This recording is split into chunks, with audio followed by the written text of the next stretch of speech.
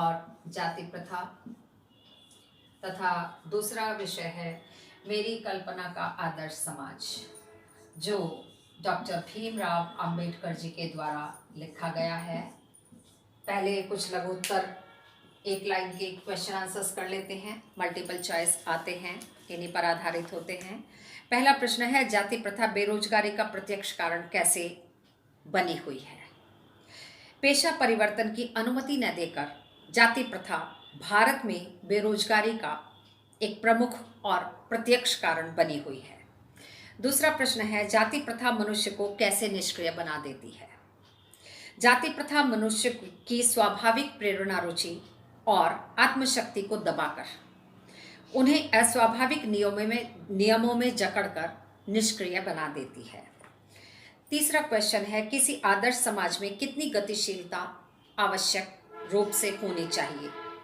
किसी भी आदर्श समाज में इतनी गतिशीलता आवश्यक होनी चाहिए जिसमें कोई भी वांछित परिवर्तन समाज के एक छोर से दूसरे छोर तक संचारित किया जा सके।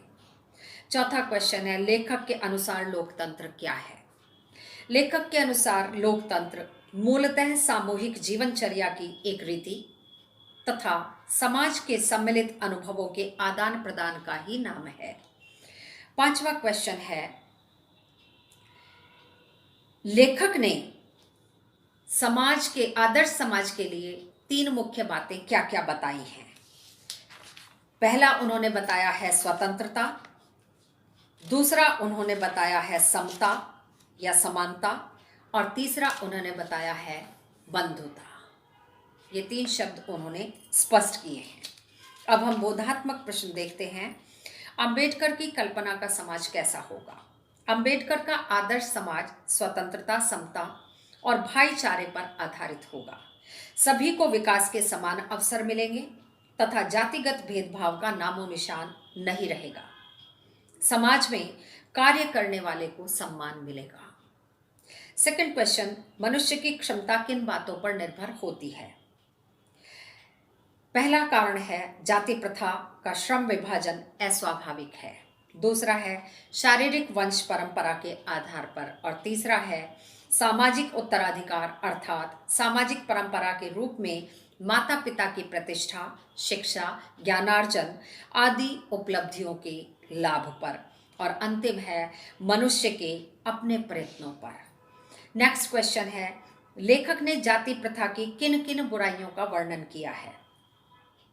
पहला है, यह श्रमिक विभाजन भी करती है। दूसरा है, यह श्रमिकों में ऊंच नीच का स्तर तय करती है। तीसरा है, यह जन्म के आधार पर पेशा तय करती है।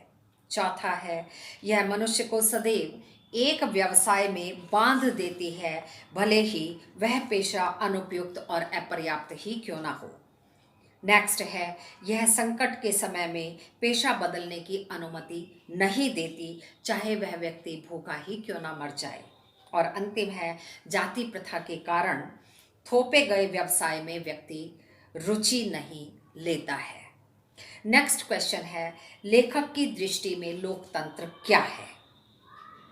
लेखक की दृष्टि में लोकतंत्र केवल शासन की एक पद्धति नहीं है, वस्तुतः यह सामूहिक दिनचर्या की एक रीति और समाज में के सम्मिलित अनुभवों के आदान प्रदान का नाम है। इसमें यह आवश्यक है कि अपने साथियों के प्रति श्रद्धा और सम्मान का भाव हो। नेक्स्ट क्वेश्चन है, आर्थिक विकास के लिए जाति प्रथा कैसे बाधक है? भारत में जाति प्रथा के कारण व्यक्ति को जन्म के आधार पर मिला पेशा ही अपनाना पड़ता है। उसे विकास के समान अवसर प्राप्त नहीं होते। जबरदस्ती थोपे गए पेशे में उनकी अरुचि हो जाती है और वे काम को टालने या काम चोरी करने लगते हैं। वे एकाग्रता के साथ कार्य को नहीं करते। इस प्रवृत्ति से आर्थिक हानि होती है और उद्योगों का विकास नहीं हो पाता है। नेक्स्ट क्वेश्चन है, डॉक्टर अंबेडकर समता को कैसी वस्तु मानते हैं और क्यों? डॉक्टर अंबेडकर समता को कल्पना की वस्तु मानते हैं। उनका मानना है कि हर व्यक्ति समान नहीं होता। वह जन्म से ही सामाजिक स्तर के हिसाब से तथा अपने प्रयत्नों के कारण भिन्न और असमान होता है।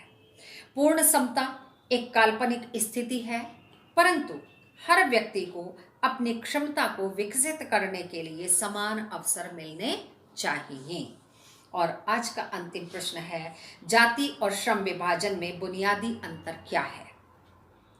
श्रम विभाजन और जाति प्रथा के आधार पर उत्तर दीजिए। जाति और श्रम विभाजन में बुनियादी अंतर निम्नलिखित हैं। जाति विभाजन श्रम विभाजन के साथ साथ श्रमिकों का विभाजन भी करती है। दूसरा है, सभ्य समाज में श्रम विभाजन आवश्यक है, परंतु श्रमिकों के वर्गों में विभाजन आवश्यक नहीं है। तीसरा है, जाति विभाजन में श्रम विभाजन या पेशा चुनने की छूट नहीं होती, जबकि श्रम विभाजन में ऐसी छूट हो सकती है या दी जा सकती है। और अंतिम है, जाति प्रथा विपरीत परिस्थितियों में भी रोजगार बदलने का अवसर नहीं देती, जबकि श्रम विभाजन में व्यक्ति ऐसा कर सकता है। आज के अंक में यहीं तक। शेष अगले अंक में फिर एक नए विषय के साथ आपके सम्मुख आऊंगी।